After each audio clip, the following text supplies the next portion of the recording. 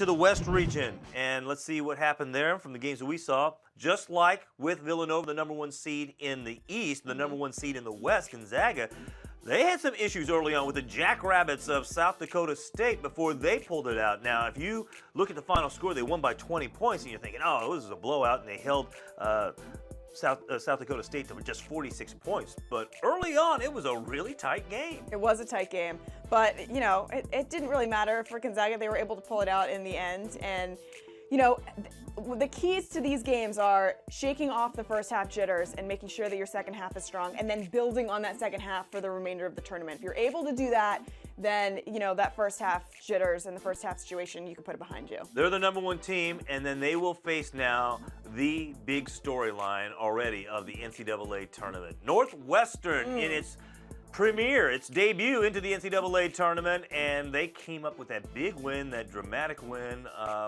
Probably shouldn't have won, or at least shouldn't have been in that position to win as easily as they did, in the sense that who knows what might have happened if they had to actually play out those final seconds and tried to take a shot against Vanderbilt as opposed to getting those free throws.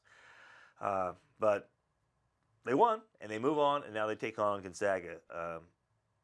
I think this is where the storybook runs out for Northwestern. I just don't think they have the firepower against Gonzaga. Unfortunately for Matthew Fisher-Davis, who's kind of the scapegoat for this game, I mean, last night on Twitter, he was being compared to Chris Webber, calling that timeout, Chris Webber, you know, Fred when Brown. they didn't have, yeah. And so it was just kind of an unfortunate situation that his name ends up in that category. But in terms of, you know, Northwestern, you're right. I think this is where the magic runs out, just because Gonzaga has one of the most complete teams in the tournament. I mean, offensively, defensively, they're athletic, and this is going to be a really tough test for them. But listen, if the coaching has anything to do with it, you got to know that Chris Collins obviously is going to have this team ready.